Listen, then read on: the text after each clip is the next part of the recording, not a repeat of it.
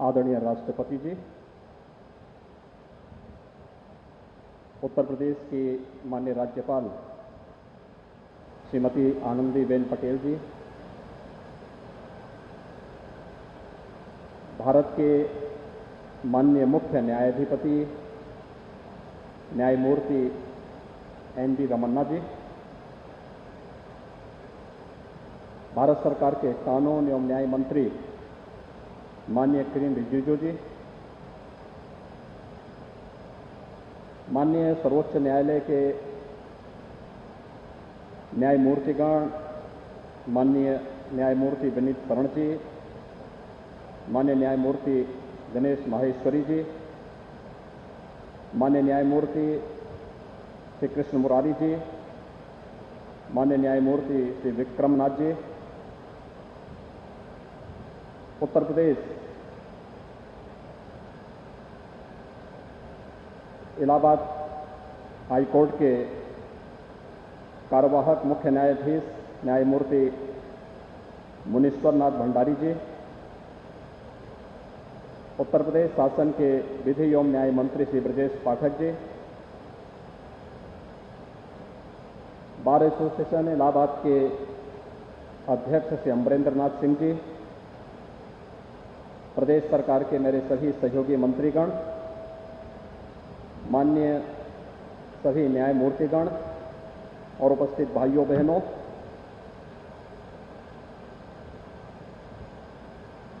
प्रयागराज की इस पावन धरती पर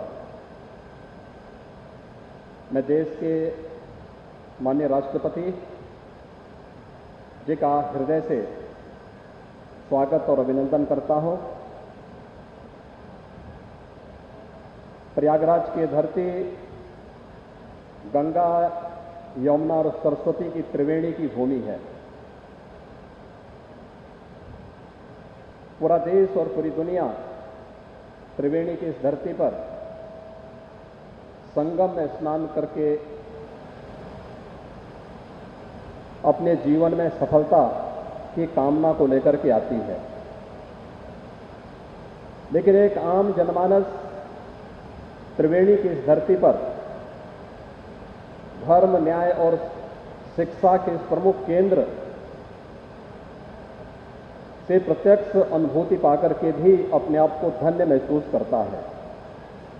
मैं त्रिवेणी की इस पावन धरती पर आज भारत के माननीय राष्ट्रपति जी के आगमन पर प्रदेश शासन की ओर से उनका हृदय से स्वागत करता हूं, अभिनंदन करता हूं। आज के इस समारोह में प्रदेश की माननीय राज्यपाल और प्रदेश के अभिभावक स्वरूपा श्रीमती आनंदीबेन पटेल जी का, भारत के मुख्य न्यायाधिपति माननीय न्यायमूर्ति एन.वी. रमन्ना जी का, केंद्रीय विधि एवं न्याय मंत्री माननीय श्री किरेन रिजिजू जी का, सर्वोच्च न्यायालय के माननीय न्यायमूर्तिगण श्री विनीत शरण जी, श्री गणेश माहेश्वरी जी, श्री कृष्ण मुरारी जी, श्री विक्रमनाथ जी का उत्तर प्रदेश शासन की ओर से, उत्तर प्रदेश वासियों की ओर से हृदय से स्वागत और अभिनंदन करता हूं। आज का दिन न केवल उत्तर प्रदेश के इस प्रयागराज की धरती के लिए बल्कि उत्तर प्रदेश वासियों के लिए अत्यंत महत्वपूर्ण दिन है। वर्षों से लंबित उन परियोजनाओं का शुभारंभ माननीय राष्ट्रपति जी के करकमलों से होने अभी प्रारंभ हुआ है, जिसकी दशकों से तमन्ना प्रयागराज वासियों को और उत्तर प्रदेश वासियों को था। खासतौर पर इलाहाबाद उच्च न्यायालय प्रयागराज में मल्टी लेवल पार्किंग और राष्ट्रीय विधि विश्वविद्यालय, इन दोनों की वर्षों से मांग चली आ रही थी और मुझे बताते हुए प्रसन्नता है कि, आदरणीय प्रधानमंत्री जी की प्रेरणा से, उनके मार्गदर्शन में उत्तर प्रदेश सरकार प्रत्येक नागरिक के जीवन में खुशहाली लाने के लिए जिस प्रतिबद्धता के साथ कार्य कर रही है, उसमें न्यायिक क्षेत्र में भी प्रत्येक आम जन की आकांक्षाओं की पूर्ति करने और उसे समय पर सहजतापूर्ण न्याय उपलब्ध हो सके, इस दृष्टि से चाहे वह प्रदेश के अंदर न्यायिक क्षेत्र में इंफ्रास्ट्रक्चर डेवलपमेंट के लिए किए जाने वाले कार्य हों, मुझे बताते हुए प्रसन्नता है कि प्रदेश में न्यायालय कक्ष 599 न्यायिक कक्ष वर्तमान में, जिनमें से 311 पूरी तरह तैयार हो चुके हैं, 288 निर्माणाधीन हैं। माननीय न्यायमूर्तियों के आवासीय व्यवस्था के लिए भी प्रदेश सरकार की ओर से 611 ऐसे आवास स्वीकृत किए गए थे, जिनमें 247 बनकर के तैयार हैं और 364 वर्तमान में निर्माणाधीन है। आज का युग डिजिटल युग है। कोरोना महामारी के दौरान हम लोगों ने तकनीक के इस महत्व को समझा है। आम जन को दी जाने वाली सुविधा हो या फिर सहजता और सरलता के साथ उन्हें न्याय उपलब्ध कराने के लिए हम तकनीक का उपयोग किस रूप में कर सकते हैं, ये हम सब ने डिजिटल हियरिंग के माध्यम से, ऑनलाइन दी जाने वाली उन सुविधाओं के माध्यम से महसूस किया है। और प्रदेश सरकार ने अधीनस्थ न्यायालयों में डिजिटाइजेशन के लिए लगभग 70 करोड़ रुपए स्वीकृत किए हैं। माननीय उच्च न्यायालय के कंप्यूटर क्रय के लिए 30 करोड़ रुपए, अधीनस्थ न्यायालय में कंप्यूटर क्रय और अनुरक्षण के लिए 20 करोड़ रुपए और न्यायिक अधिकारियों के नवीन लैपटॉप के लिए 18 करोड़ रुपए की राशि इस संबंध में राज्य सरकार ने पहले से ही स्वीकृत की है। और आज मुझे बताते हुए प्रसन्नता है कि यहां पर जब भी हम लोग प्रयागराज की बात करते थे, तो प्रयागराज का हमारा उच्च न्यायालय एशिया का सबसे बड़ा उच्च न्यायालय है। 24 करोड़ उत्तर प्रदेश की जनता न्याय प्राप्त करने की एक उत्सुकता के साथ यहां पर आता है, लेकिन उसे सबसे ज्यादा यहां सामना करना पड़ता था जाम का। प्रयागराज कुंभ के समय प्रयागराज के इंफ्रास्ट्रक्चर के लिए केंद्र और राज्य सरकार ने बेहतरीन पहल की थी और मुझे प्रसन्नता है कि उस समय माननीय न्यायालय के द्वारा हमें भरपूर सहयोग प्राप्त हुआ था। अन्यथा किसी भी बड़े इंफ्रास्ट्रक्चर के कार्य को आगे बढ़ाने के लिए जिन लोगों की विकास में रुचि नहीं होती, वे कहीं न कहीं व्यवधान बनने का कार्य करते हैं। हमारे पास 1 वर्ष का समय था कि हम प्रयागराज कुंभ के लिए इस प्रकार का इंफ्रास्ट्रक्चर यहां विकसित करें, और उस समय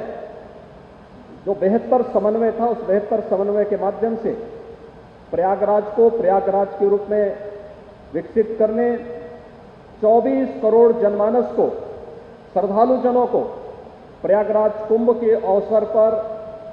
इस आयोजन में सहभागी बनाने में हमें सफलता प्राप्त हुई थी। लेकिन साथ साथ उच्च न्यायालय इलाहाबाद की जाम की समस्या का समाधान नहीं हो पा रहा था। आज मुझे प्रसन्नता है कि जो मल्टी लेवल पार्किंग यहां पर बन रहा है, ये केवल मल्टी लेवल पार्किंग नहीं है, बल्कि इसमें 4000 वाहनों को पार्किंग की सुविधा के साथ साथ 2500 अधिवक्ताओं के लिए चैम्बर बना करके 10,000 अधिवक्ताओं के लिए भी अत्याधुनिक चैम्बर और उनके लिए अत्याधुनिक लाइब्रेरी की सुविधा उपलब्ध कराने का भी एक माध्यम यह मल्टी लेवल पार्किंग और अधिवक्ताओं के लिए बनाए जाने वाले चैम्बर, जो बार एसोसिएशन की वर्षों से मांग थी, उस मांग को आज यहां पर पूरा करते हुए और राष्ट्रपति जी के करकमलों से माननीय मुख्य न्यायाधिपति की उपस्थिति में और उच्चतम न्यायालय के सभी माननीय न्यायमूर्तियों के गर्मामयी उपस्थिति में इस आयोजन को यहां पर आयोजित करने में मुझे गौरव की अनुभूति हो रही है। इसके साथ ही प्रयागराज के लिए एक नई, क्योंकि प्रयागराज को हम त्रिवेणी की धरती मानते हैं, प्रयागराज में आप देखते होंगे कि प्रयागराज धर्म की धरती तो है ही, न्याय के लिए 24 करोड़ जनता प्रयागराज पर निर्भर करती ही है, लेकिन साथ साथ शिक्षा का भी उत्तर भारत का एक महत्वपूर्ण केंद्र है। और वर्षों से मांग हो रही थी कि एक राष्ट्रीय विधि विश्वविद्यालय की स्थापना प्रयागराज में हो। और मेरा वहां पे हमेशा इस बात के लिए, जब 2017 में हम लोग आए थे तो मेरे सामने एक ही चैलेंज था। मैंने कहा विधि विश्वविद्यालय बने तो ऐसा बने जो राजनीतिक हस्तक्षेप से दूर न्यायिक अधिकारियों के द्वारा ही इसको संचालित अगर कर दिया जाए तो हमें प्रयागराज की धरती पर इस प्रकार का विश्वविद्यालय बनाने में प्रसन्नता की अनुभूति होगी। और मुझे प्रसन्नता है कि इस विश्वविद्यालय के विजिटर के रूप में भारत के मुख्य न्यायाधिपति स्वयं इसके विजिटर होंगे। इस प्रकार का एक्ट राज्य सरकार ने बना करके आज प्रस्तुत किया है और यह विश्वविद्यालय का शुभारंभ अगले सत्र में हम लोग यहां पर प्रारंभ करेंगे। आज जब यहां पर माननीय राष्ट्रपति जी हैं, माननीय राज्यपाल महोदया हैं, माननीय मुख्य न्यायाधिपति हैं, यह विश्वविद्यालय का शुभारंभ अगले सत्र में हम लोग यहां पर प्रारंभ करेंगे। आज जब यहां पर माननीय राष्ट्रपति जी हैं, माननीय राज्यपाल महोदया हैं, माननीय मुख्य न्यायाधिपति हैं और हम लोगों की हार्दिक इच्छा भी है कि भारत के संविधान सभा के अध्यक्ष और देश के प्रथम राष्ट्रपति डॉक्टर राजेंद्र प्रसाद जी का प्रयागराज से बहुत संबंध था। प्रयागराज के हर कुंभ में यहां पर अगर आज भी किले के अंदर आप जाकर के देखेंगे तो डॉक्टर राजेंद्र प्रसाद जी की स्मृतियां जुड़ी हुई हैं। ये विधि विश्वविद्यालय डॉक्टर राजेंद्र प्रसाद जी की स्मृतियों को समर्पित होना चाहिए। आज के इस अवसर पर मैं एक बार फिर से उत्तर प्रदेश शासन की ओर से इस बात के लिए आश्वासन देता हूं कि न्यायिक क्षेत्र में किसी भी प्रकार के विकास, इंफ्रास्ट्रक्चर डेवलपमेंट के लिए, उनके आधुनिकीकरण के लिए, उनके तकनीकी उन्नयन के लिए राज्य सरकार भरपूर सहयोग करेगा। और ये राष्ट्रीय विधि विश्वविद्यालय न्यायिक क्षेत्र में नए छात्रों को, नई पीढ़ी को इस क्षेत्र में न केवल अध्ययन और अध्यापन का एक मंच उपलब्ध कराएगा, बल्कि इस क्षेत्र में शोध के वे अनेक अवसर भी उपलब्ध कराने का एक मंच होगा, जहां से निकले हुए युवा न केवल प्रदेश और देश के अंदर बल्कि अंतर्राष्ट्रीय